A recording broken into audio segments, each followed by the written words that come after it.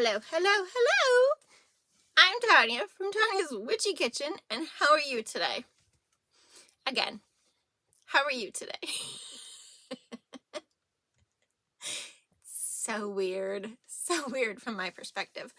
But anyway, I was going to tell you about eggs. So I don't think I've told you this. I hope I haven't told you this. But you know how you go to the store and some cartons will say free range chickens? Okay, there's a little tiny loophole in that they can get away with. So if they're in a facility, a big chicken facility for laying eggs, and they're pushed through the feed and the stuff to lay mass-produced eggs, if there is a little door in the corner of this big facility, and even if it's a maze, like a mouse maze, to get through it, and they can actually possibly have a chance to get out that door to a fenced-in area, they are considered a free-range chicken. Look it up. So, I know, it's crazy. Like, the stupid things our government allows to happen is just crazy. It just appalls me. But yeah, that's technically a free-range chicken because it has the possibility to be free-range if it chooses to, if it's smart enough, if it can actually get there outside. What is it, a 6x6 space? Because how many get outside? Literally. But anyway, that was my tidbit for today. Okay, sorry. But anyway, today we are doing the Sea Minerals soap. It was a last-minute salt bar soap. Forgot about it being a salt bar soap, and you will see what happens when you forget you have a salt bar soap that is in a regular mold. Yeah. Anyways, 3 things. Dream big, be true to you, you are worth it, and let's go check out the summer Sea Mineral soap. Okay, into the soap. It is called Sea Minerals. It is from Aztec Candle Company, and that is what they call their fragrance oil. Very original on my part, right? Okay, you want to do colors? The blue is Blue Tide. That pink is called Peach Blow. I can't remember the brand. It's a Moon something. It's for cosmetics, but it makes the most beautiful pink in soap. Literally, the most beautiful pink in soap. So this really was a last minute. I'm gonna make this a salt bar. Seriously. Like in the previous planning, in the recipe, in nothing was I even thinking of salt bar until I started, putting it together and getting my stuff together. And I was like, this would make a great salt bar. Yeah. So then I just did my ratio of, how much salt I wanted in there. And that was it. Literally. And which it was bad. It was not the greatest, because salt bars, right, in cutting. Oh, and that color is Gold Sparkle by Brambleberry. That is my sand. Yeah, so I literally just did half the salt in the bottom. Probably closer to, I was trying for half, but whatever. And it's not heavily salted. It's not humongously, it's not an 80% salt ratio. It's more of a 25% ratio. Just because, you know what I'm saying? Because I didn't want it in a massively salt bar. I have one of those. But I'm so glad I didn't do it that way, because I wouldn't have been able to cut it when I cut it. Because my end procedure with my soap bars in trying to combat soda ash has changed.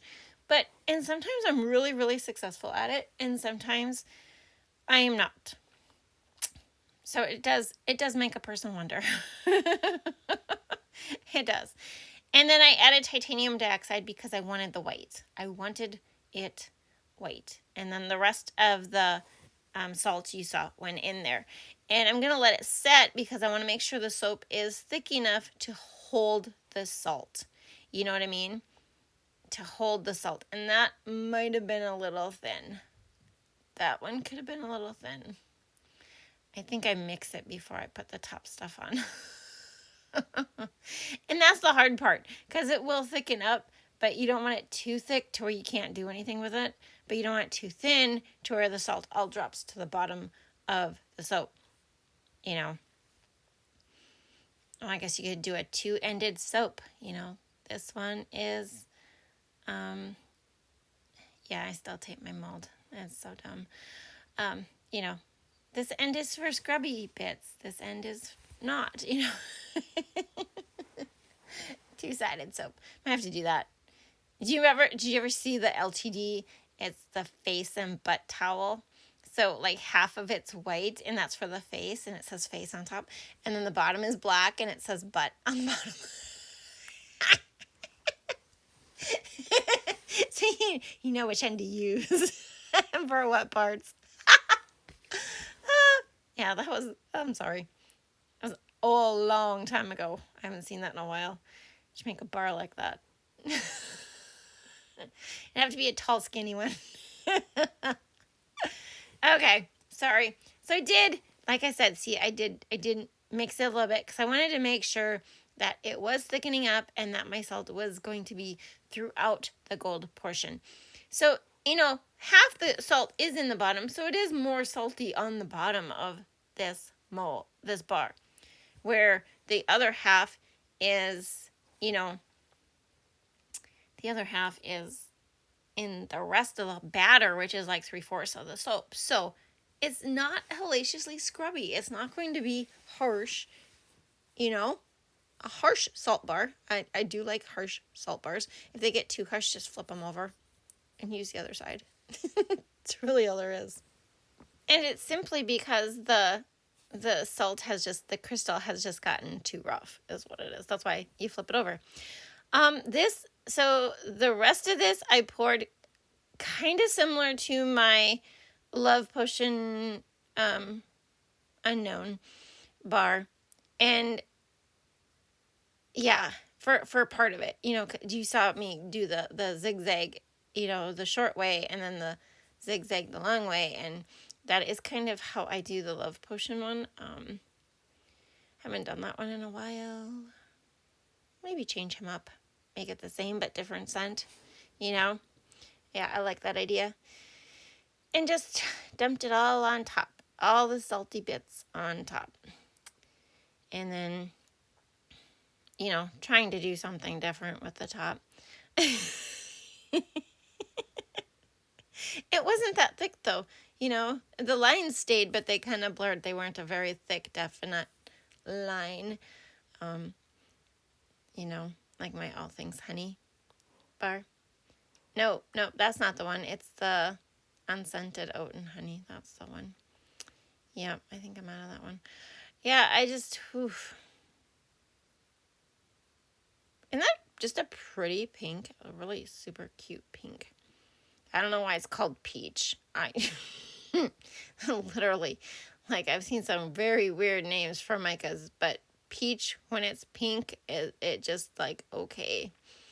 Because weirdly enough, the mica looks pink. You know, it's this cute little baby pink color. So, I don't know. The person should get fired for for misnaming a color. Yeah, it either that or they mislabeled it, but it's a beautiful, beautiful pink. I like the pink. And then, yeah, I couldn't decide what I wanted to do with the top. And so, I knew I was putting extra big salt crystals on it. The pink Himalayan salt crystals. You can see them. They're in the upper right beside the mold, or a little bit from the mold. And that is what I did want to do. These are big, chunky crystals. They're just for decoration. You know, it's all it is. It's just decoration. It's just to make it look pretty, to give it a little standoff, and to remind me that it was a salt bar, which didn't actually work totally for various reasons. Isn't that cute? It's so pretty when they're just poured. And here's the bar, possibly 2 to 3 days later. I got a lot of, yeah, see, it wasn't quite thick enough for the salt. And what happens when you cut a salt bar too many days later, especially when it's been exposed to air, it cracks, it crumbles, it breaks. Yes. And because the bottom, there is salt like throughout the gold part. It's just there is more, and so it cracks. If you had 100% salt bar, that thing would have been like ugly. And then I'd have to think of something to do with it. Okay, lather test. I am not using my water because my water is a beautiful, soft water. We are using distilled water, which is, it's not even, I don't even know what it compares to as far as like the town I live in. But the salt bars, I like to get them like on my skin, and then, you add the extra water. You want the soap on the skin, add the extra water, and then look at that lather. Look at that lather. And they say salt hinders lather. I don't know. Have you ever seen a bubble that big in soap? Look at this. Like, what? And this isn't even my water, guys. Like, you should have seen this bubble with my water. It was hellacious. I was just like, this is amazing. Like, I can't even tell you if I did anything special with it's a typical eye water.